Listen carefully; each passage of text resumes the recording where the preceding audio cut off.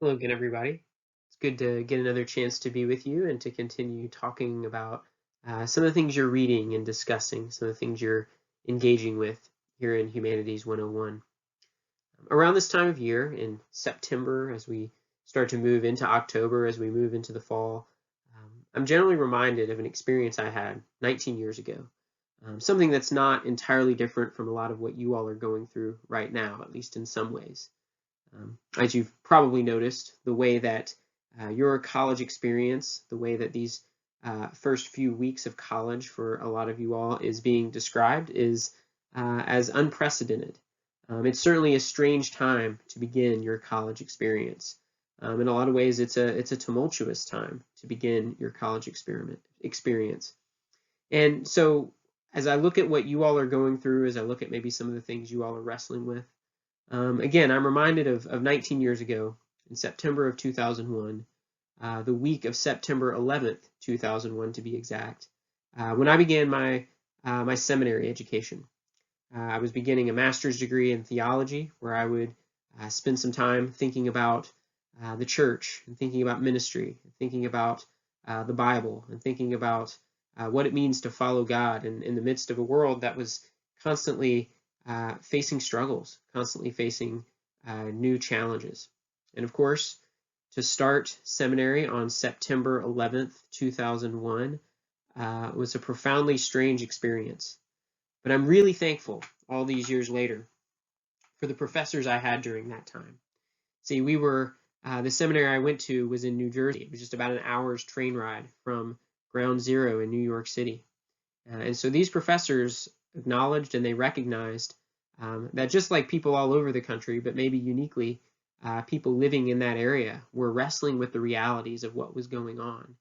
And they wanted the work we were doing. They wanted the questions we were asking. They wanted the things that we were studying and reading and talking about to relate to that and to help us navigate this really difficult, really challenging time in which we found ourselves. See, they understood that it's important to ask tough questions. It's important to have significant discussions and to engage in ideas that matter, even and especially during the most difficult times we face. Today, we're going to talk about two thinkers who lived in Athens during some profoundly difficult times for that city. Two thinkers whose engagement with wisdom continue to influence us even today. And so much of their thought, so much of the work they did, so much of their philosophical engagement emerged in this kind of cauldron, this context of tension. See, it's easy to picture the philosophers from the ancient past as marble statues, because that's how we most often meet them. We might think of them as heroes, we might think of them as people who enjoy almost divine or at least superhuman status because of their place in history. They're just names in books that we encounter or statues that we see in museums. But in reality, these were human beings who lived and thought and engaged with their culture in the midst of a lot of the same questions and a lot of the same challenges we face today. And so we're going to talk about two of them in our brief time that we have together. The first one we're going to talk about, the first man we're going to talk about today is Socrates. Now, it's difficult to pin down all of our historical information that we have about Socrates that comes from a lot of different places. There are accounts by a handful of ancient historians, such as Xenophon, who was one of Socrates' students, and Plutarch, who wrote much later. There are the dialogues of Plato, who was obviously a great admirer of his teacher. We have those to go on. And there are the comedies of Aristophanes, that comedic playwright who satirized and poked fun at the philosopher. But with all these varying accounts and all these different voices, sometimes it's tricky to discern what is historically reliable about Socrates and what is embellished. But even from these sorts of slapdash accounts, we can put together a picture of Socrates' life that can give us some understanding of who he was and what was important to him. So Socrates was born in 470 BC. This is right around the time that Pericles was entering into politics, entering into his public life on the way to being a leader of Athens. Socrates would have been born into an Athens that was emotionally jubilant in the aftermath of the Persian Wars. But it was also an Athens that was still beginning the long process of rising from the ashes of the battles that had left so much of the city destroyed. Now, as an interesting sidebar to this, Socrates' father was a stonemason. And in Athens, under Pericles, when all of this construction was going on, stonemasons were at the center of the action. So Socrates would have grown up literally watching the building of Golden Age Athens. He had a unique vantage point on both the glorious structures that would come to dominate the Athenian landscape, some of which you've looked at in your art slides, but also he would have a vantage point on the tough, gritty work that went on behind the scenes in order to shape those shimmering tributes, those buildings that pointed to Athenian greatness. Now, Socrates would have also had a front row seat to some of the military conflicts that Athens engaged in during the years leading up to the Peloponnesian War. Like most men of Greece, Socrates served as a hoplite soldier throughout his 20s and 30s. And so Socrates saw the kind of turmoil that war caused up close and personal.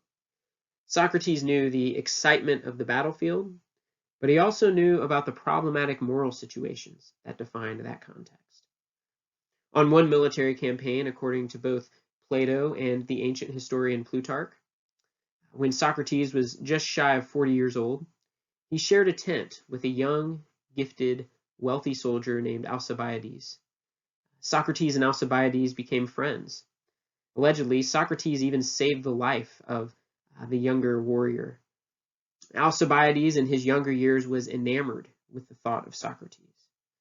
But as we know from our history, as he rose through the ranks, he abandoned the ethical principles of Socrates. He abandoned the philosophical concern for what is good in order to chase his own interests and his own glory. And Alcibiades' self-serving actions are often credited with leading to Athens' shameful downfall in the Peloponnesian War. So if these accounts are true, it's interesting to think about the potential influence that Socrates might have had on the history of Greece, had Alcibiades remained committed to the moral ideals that had once intrigued him and that had come from his friend Socrates. But sometime after his military service, probably when he was in his 40s, Socrates returned to Athens. He was influenced by all he had seen and experienced. He was armed with a curiosity and an inquisitive nature. And so Socrates jumped right into the intellectual swirl of the marketplace, the agora. During this time, ideas were everywhere in Athens. Philosophy was a kind of thriving business. And so those who were skilled with ideas, those who were skilled with the words and the language they used, could make a name for themselves. This was a time when the sophists, I know you've come across that group in your reading, the sophists were busily at work cashing in on these opportunities. This was a time when people were looking for answers. They were disillusioned by what they saw going on in the war, how the traditions of Greece, how the commitment to excellence that had once been a crucial part of Greek identity. These things were all now being called into question. And the sophists slid right into this situation with easy sound bites of wisdom. The sophists were kind of like the self-help gurus of their time. They offered little nuggets of important sounding philosophy to those who would pay them. They also taught people how to be smooth talkers themselves. They charged lots of money to instruct people on how to use the art of persuasion, on how to use words to get what you want. So while this was certainly a time of great quantity when it came to ideas, the quality of these ideas were perhaps a little bit suspect. This is the situation that Socrates entered. And as you have already read, and as you might be able to guess, Socrates didn't quite fit in. Instead of giving the people what they wanted to hear, instead of giving people quick fix solutions and cheap wisdom, Socrates challenged people with hard questions. So he wasn't exactly at home among a bunch of self-help gurus who were trying to make people think that they knew all the answers. And in the way Socrates taught, he didn't just undermine the intelligence of the sophists. He undermined the idea of what it meant to be wise at all. And we might ask why Socrates bothered. Why spend so much time talking about wisdom? Why spend so much energy agitating people in the marketplace? But remember the times that Socrates was living in. These were times that were very troubled. These were times when, according to Socrates, people could not afford to live the unexamined life. People couldn't afford to assume they already knew everything they needed to know. Questions about goodness, questions about truth, these things were too important to ignore. And so Socrates was intent on exploring these questions. It was during this time, probably sometime in the late 420s, that Socrates received a message from the oracle at Delphi. You may remember reading about the oracle at Delphi. It was a religious site that a speaker, a prophet, a prophetess that people would go to find out the will of the gods. Well, Socrates received a message from this oracle concerning his wisdom. And there are different versions of the story, but according to the most widespread version, Socrates' friend Chaerephon approached the oracle, and he asked her if anyone in the world was wiser than Socrates. The answer came back, no, there is no one in the world wiser than Socrates. Now, this answer prompted the philosopher to set off on a quest. He wanted to determine what the oracle might have meant by this puzzling claim, this strange pronouncement. And so as Socrates moved through the marketplace, he asked questions of those who were believed to be wise, politicians, artists, craftsmen, other philosophers, all in an attempt to find out what the nature of wisdom was. Now, what Socrates found in his examinations was interesting. He determined that these were very smart people he was talking to. Many of them knew a lot of things about a lot of things. Some of them knew things that Socrates did not know. That is, but they also claimed to know things that they didn't know. That is, they seemed to think that they were smarter than they actually were. And so Socrates determined that the quality that made him the wisest of all men is that he knew the limits of his knowledge. Socrates had an understanding of his own ignorance, as well as the ignorance of others. And so much of Socrates' questioning from this point forward revolved around his attempts to point out the ignorance of others. Now, inevitably, such a project was bound to make Socrates unpopular among a lot of the influential people of his day, those whose status was dependent on hiding their ignorance and emphasizing their knowledge. Socrates believed that only by acknowledging that we have much to learn, especially in the area of morality, can we adequately pursue what is good and true and just. For the sophists, who claimed to be experts in all of these things, this was very unwelcome criticism. Now, in the wake of the Peloponnesian War, when Athenians were struggling with their disappointment, they wanted people to blame. They were looking for scapegoats, people on whom they could take out their anger and their frustration. Socrates was an easy target. So Socrates was brought before the courts. He was charged with atheism, or failing to honor the gods. He was also charged with corrupting the young. And in what Plato and others will deem to be a supreme mockery of justice, Socrates was condemned to death. And in 399 BC, surrounded by a few friends, he drank a cup of hemlock in an act of state-sponsored suicide, and he died. Now, Socrates left behind a legacy of ideas, and he also left behind a number of followers. One of those followers was Plato. Plato was born in about 427 BC, so he was still a relatively young man when his mentor Socrates died. And he may have become a follower of Socrates as a teenager, and then spent close to a decade listening to Socrates' teaching, benefiting from Socrates' wisdom. But however long Plato actually spent in Socrates' presence, it's clear that this time had an enormous impact on the younger philosopher. After Socrates' death, a number of his followers composed the kinds of dialogues that you'll be reading this week. Dialogues which were designed to relate something of Socrates' character, something of his manner of teaching, something of his ideas. But Plato wrote far more than anyone else about Socrates. In fact, it's been said that Plato's career as a philosopher is essentially a tribute or a reflection on the career of his mentor. This is certainly true, and in addition to being true about Plato's writing, it's certainly true of his mode of teaching.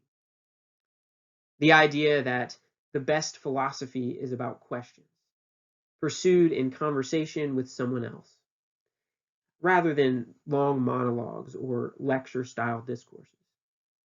To Plato, as was apparently true with Socrates, knowledge wasn't just about ingesting information that someone else spoon-feeds to you. Instead, knowledge was about learning as an apprentice in community, with others who are also pursuing wisdom.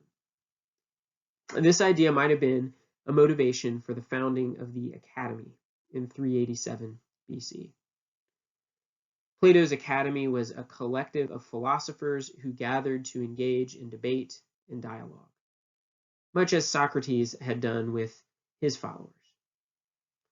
Throughout Plato's career, it's clear that his thought is being formed in this context, in engagement with other philosophers in the Academy, thinking together, talking together, asking questions together, just as Plato would have done when Socrates was still alive. Now, because Socrates figures as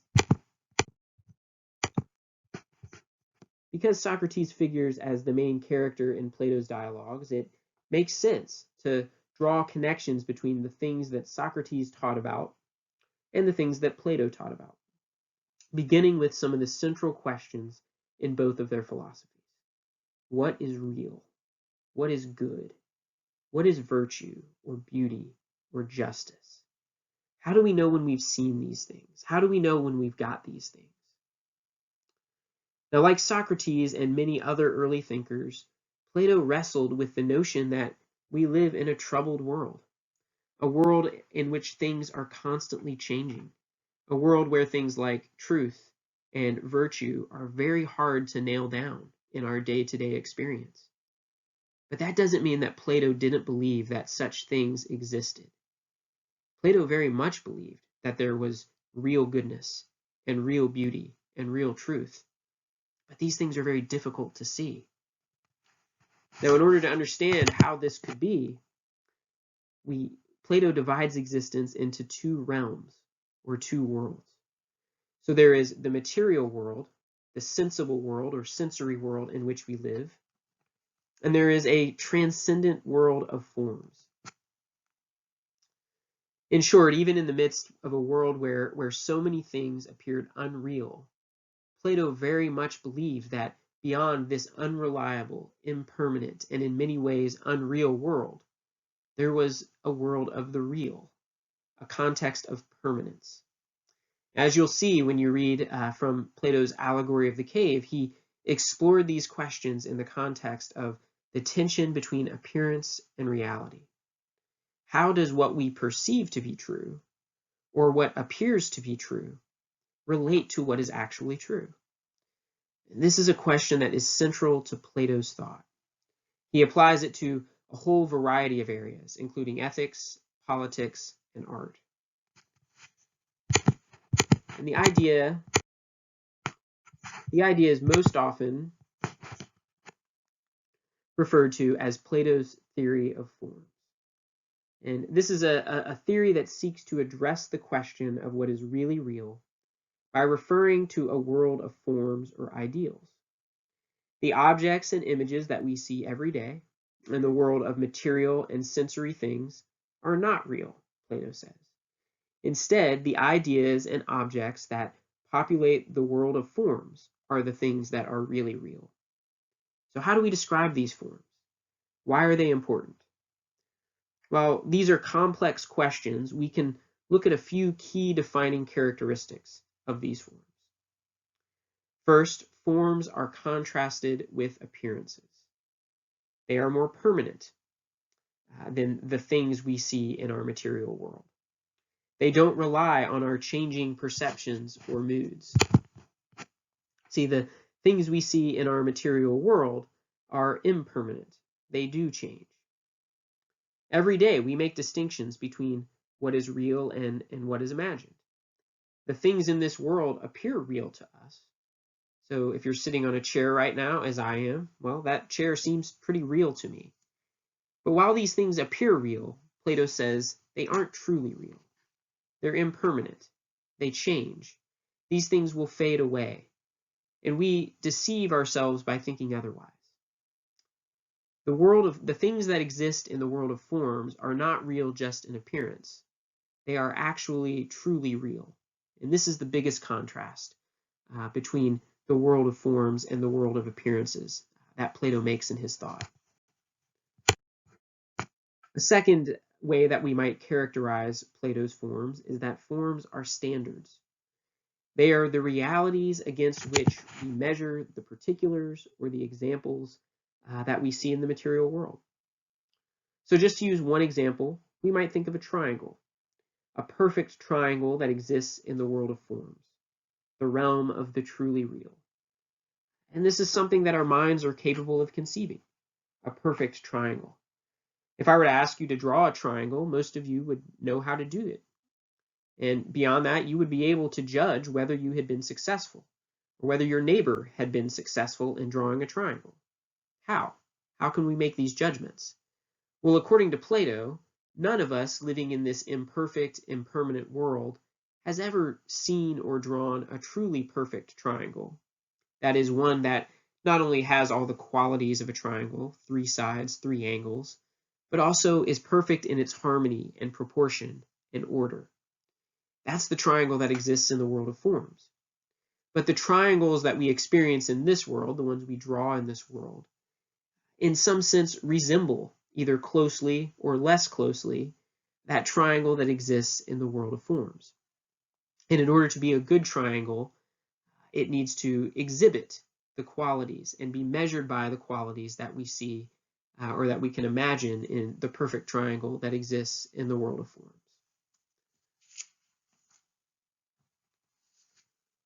Plato believed that the farther you got away from the form of something, the more removed from the essential ideal it was, the more removed from the perfect version that exists in the world of forms that thing was, and therefore the less good it would be.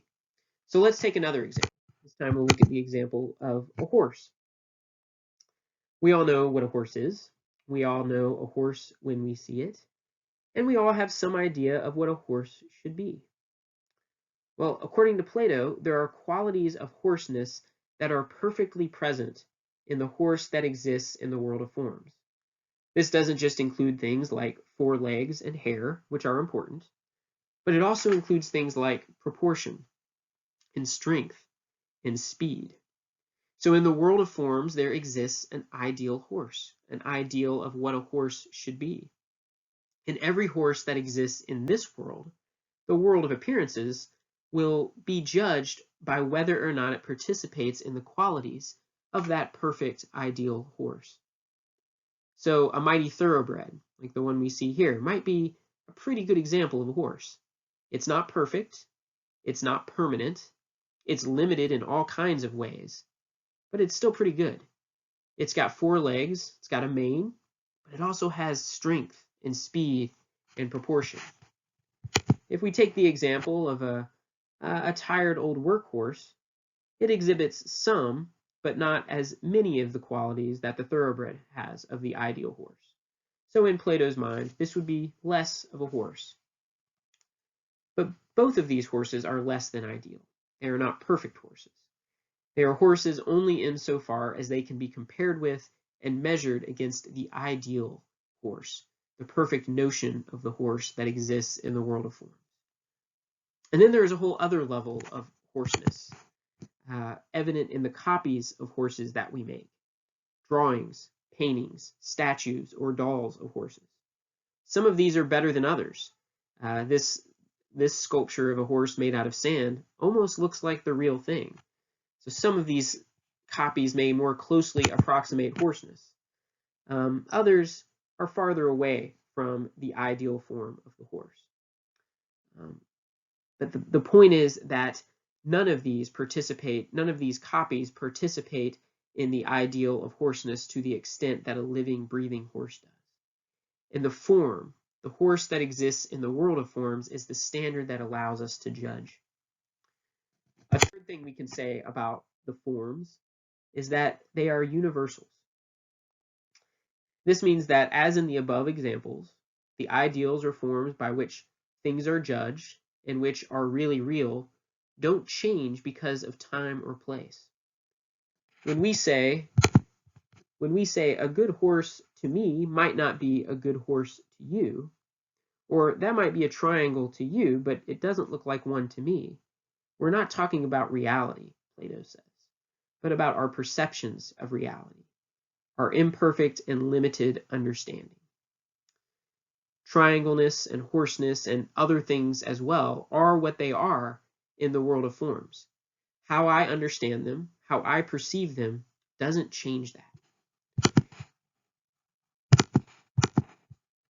And it's because of this universality that we can make dependable judgments about anything at all, Plato says. It's also why the judgments of some people can be deemed better than the judgments of others, because those people, the people who make correct judgments, are the ones who are most attuned to the ideal that exists in the world of forms. A fourth quality of the forms that we see in Plato is that forms are causes. That is, they are reasons why something is what it is. So the reason that we can even have triangles in this world is because there is, in the world of forms, a triangleness. The reason that horses exist in this world is because there is an ideal of horseness that exists in the world of forms. In other words, the things that we see in this world are copies. They are derived from the forms. They are imitations of the forms. And you'll see this to some extent when you read the allegory of the cave. The light that exists down in the cave is a copy of another light, or a derivation or imitation of another light. And it's that other light, that ideal light, that makes all other lights possible. Now, it might be easy for us to question or even dismiss these ideas, to think they seem odd or strange when it comes to things like chairs or horses or triangles. But it's important to remember that for Plato, what is true of triangles and horses is also true of things like goodness and beauty and truth and virtue and justice. There is a real form of these. And it's a form that is often clouded and distorted by our experience in this world, but which is in reality unchanging and reliable. And there are varying levels or copies or imitations of truth and justice and beauty. And this is why philosophical reflection is so important. See, the good life, the happy life, is the life that contemplates this world of forms. And as should be evident by now, this world of forms isn't a place that's easy to get to. You can't buy a bus ticket and travel there. No, the world of forms is something that we attain to only through philosophical reflection. These things are not immediately self-evident. In order to better grasp the knowledge of the forms, in order to grasp the knowledge of the really real, the knowledge of what is good that transcends this world, but also shapes so much of what happens in this world, careful, attentive thought is necessary. It's a journey of the soul toward truth. Not everyone will be able or willing to pursue truth in this way. The allegory of the cave, again, is a story of that journey. And as you'll see when you read that passage from Plato, uh, it comes with challenges. This journey comes with a lot of obstacles. But like his mentor Socrates, Plato acknowledged that this was a journey that was worth it.